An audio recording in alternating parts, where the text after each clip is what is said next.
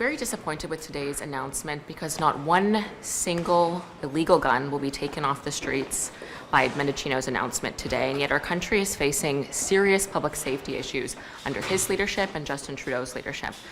Canada is facing a 32% increase of violent crime, 32% since Justin Trudeau became the Prime Minister. We are seeing 10 police officers were killed this year, 8 of them on the job, notably many from repeat violent offenders from the catch and release bail system that Justin Trudeau brought in a few years ago. We are seeing people being stabbed on public transit. Recently in Surrey, an attempted murder happened. The man who did that, who stabbed that individual on public transit, is back out on the streets 8 days later on bail. Today's announcement will do nothing to keep Canadians safe in those regards, nothing to keep our police officers safe, and nothing to clean up the streets in Toronto, where gangsters can get an illegal firearm under 2 hours because of the Liberal Prime Minister's porous border. So we're very disappointed that the state of Canada is seeing significant public safety issues with gangsters getting their hands on illegal firearms, smuggling them in from the United States. And today we're hearing tens of millions of dollars. Actually, he's being pretty cagey, conveniently, about how much it's going to cost.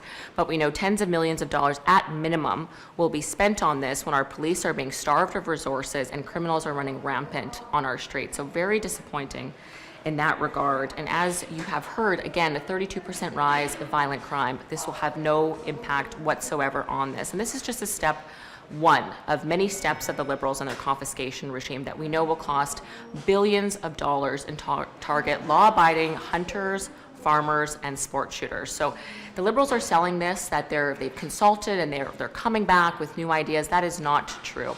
They're bringing back the same definition that they pulled just a few weeks ago. That is what's happening here.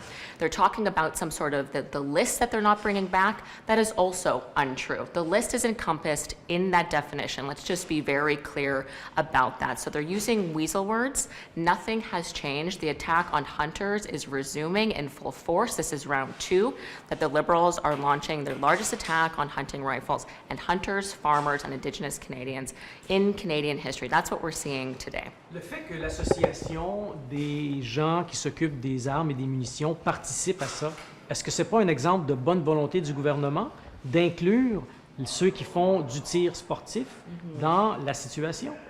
Do you mind if I respond in English? Is that okay?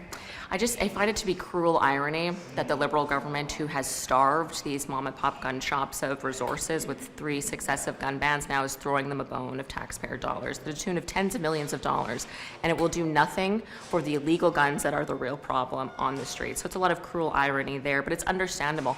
I don't believe that support is made willingly. It is under duress. These gun shops are being starved of resources because of the Liberal government. So for them to say that they have willing support is not true. This is being made under duress. These folks have no other option.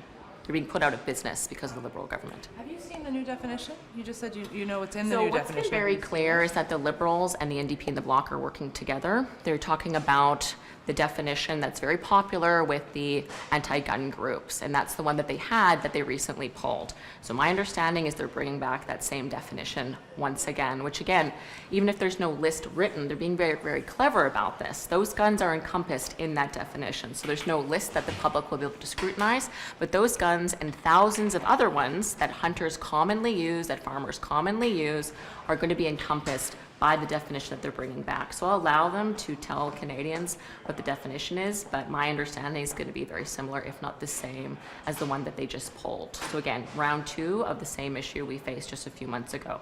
Isn't this a bit of a positive, I know you disagree with the policy, but is this not a bit of a positive step in that if these store owners are forced to simply have this inventory put in cases and they can't make any money off of it, isn't then incumbent on the government to offer compensation? Like, offering compensation in this case seems better than forcing them to just have it sitting in cases that unable to sell that inventory. Again, this support is being made under duress. They're not being given any other option. As you've outlined, they're being starved of revenue by successive bans in very short amount of time. This is the 3rd one that they're working on in 3 years. What do you think that does to a very small firearm shop? It's ending.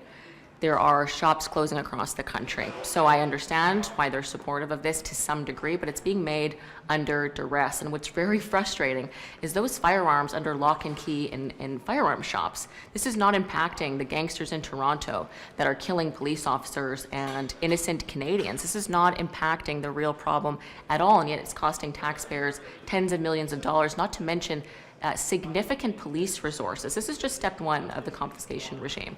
We know that Mendicino is looking to work with police to institute his confiscation regime of individual private property.